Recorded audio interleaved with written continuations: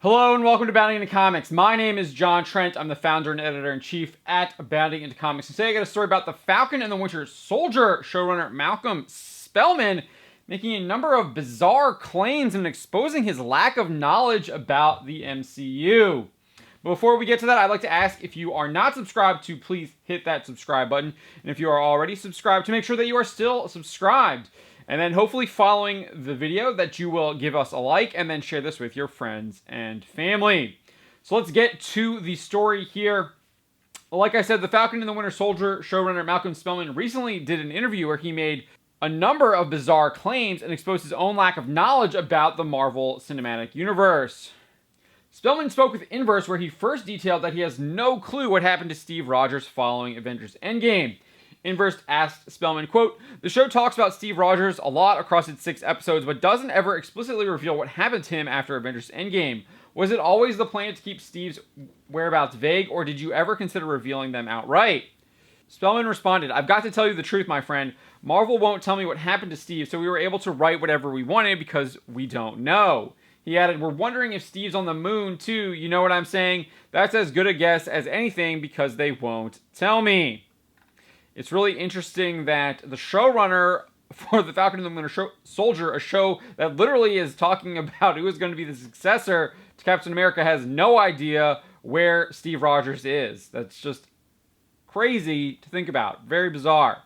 Not only did Spellman reveal he has no clue what's going on with Steve Rogers, but he also claimed he didn't find out that the show's title changed in the final episode until he saw a cut that included the change. He explained, "I'll be honest, I discovered that title change when I was watching a cut of the episode, and it wrecked me. I haven't spoken to Marvel about whether they considered changing Bucky's name too, but my gut tells me the reason it still says and the Winter Soldier is simply because they wanted to play with the poetry of a title you've been hearing.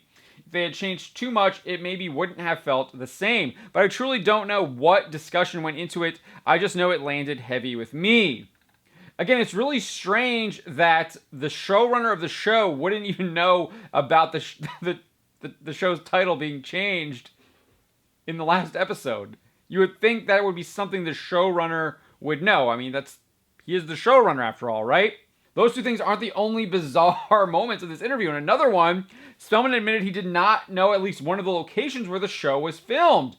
Inverse asked, quote, "Fans recently discovered that the location used for Isaiah Bradley's house in the series is only a block away from Martin Luther King Jr.'s birthplace. Was that intentional or coincidental?" Spellman responded saying, "I did not know that. There you go. Wow.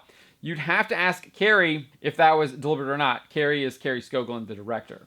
Spellman then added, "That's the great thing about having a filmmaker like Carrie is she's going to milk every single moment she can. I don't know what decision was on that house, though." You would think that the showrunner would know where the show's being filmed. Like, what was this guy doing as the showrunner? One has to question. But it didn't stop there. Spellman would then claim the show features Bucky Barnes' first hero moment. And this is where he really shows that he doesn't really have a really good knowledge about the Marvel Cinematic Universe. He was asked, "Are there any Easter eggs in the series that fans haven't spotted yet that you want to point out?" As part of his response, he said, "I will say this is not at all an Easter egg, but one thing no one has caught, and it's a failure in our writing, I guess, was when we were taking Bucky on his journey, we felt like the moment in episode 6 where he frees the GRC members and one of them stops to say, 'Thank you, you saved my life.' We always considered that Bucky's first hero moment." He went on to say, "That was a huge deal to us, but I have not heard anyone mention it. We were like, that's it. Bucky is on his way to freeing himself from this burden of being the Winter Soldier. Now he gets to go and be a hero for the first time." That's not to say that he hasn't been heroic before, but that's the moment when he allows himself to feel like a hero. Not many people caught that. Well, there's probably a reason why not many people caught it, because it doesn't even make any sense whatsoever in the context of the Marvel Cinematic Universe. And people have seen Black Panther, they've seen the first Avenger, they've seen Winter Soldier, and they've seen Civil War. Just to start off, Bucky Barnes was an American war hero during World War II. He took the fight to Hydra with Steve Rogers, aka Captain America. That movie makes it pretty clear he felt like a hero before he ultimately fell from the train and then was discovered by Hydra, eventually discovered by Hydra and turned into the Winter Soldier. As for the idea that the show depicts him freeing himself from the burden of the Winter Soldier, we already started seeing that in Captain America: The Winter Soldier. Towards the end of the film, he pulls Rogers from the water and prevents him from drowning, albeit he does walk off and leave him afterwards. Then in Captain America: Civil War, he's completely abandoned his role as the Winter Soldier, given he only had it because of Soviet and Hydra brainwashing. Zemo is the one who rediscovers the programming and forces him to comply once again. In between Winter Soldier and Civil War, Bucky had freed himself from the idea of being the Winter Soldier, mainly because the whole identity was one that was forced upon him in the first place. He never chose it. He was brainwashed into doing that. They used those code words that made him comply and forced him to do those things. To prove that point, by the end of Captain America: Civil War, it is Bucky who volunteers to go on ice until researchers are able to figure out how to deprogram his mind from the Soviet brainwashing. And then even in Captain America: Civil War, you get the idea that he knows who he really was. He realizes that he was Steve Rogers' friend.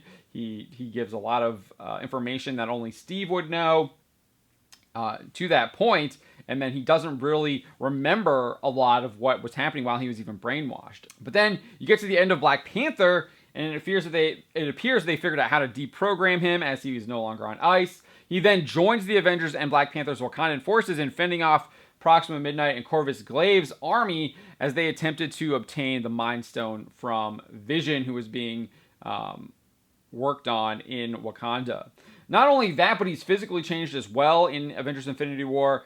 He has a brand new arm, one without the markings of Hydra and the Soviets, one given to him by Black Panther. And he's going off and fighting against the forces of Thanos and Proxima Midnight and Corvus Glaive. He's being extremely heroic. He looks like he's a hero. Even when Black Panther gives him the new arm, he's like, where's the battle at? He was ready to be a hero again. He's ready to be that soldier that he was during World War II.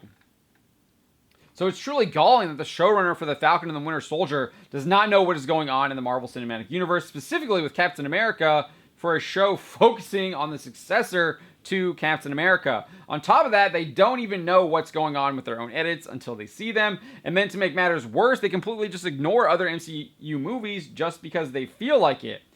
The Marvel Cinematic Universe, to me, it appears to be on the path of Lucasfilm and Star Wars. It looks rudderless, and it's starting to show in the end product. And the future for the Marvel Cinematic Universe does not look good at all, especially when they're hiring people who literally have no idea, seemingly, by their own words, don't know what's going on with their own shows. Let me know what you think. Leave a comment below. My name is John Trent, and you've been watching Bounding into Comics.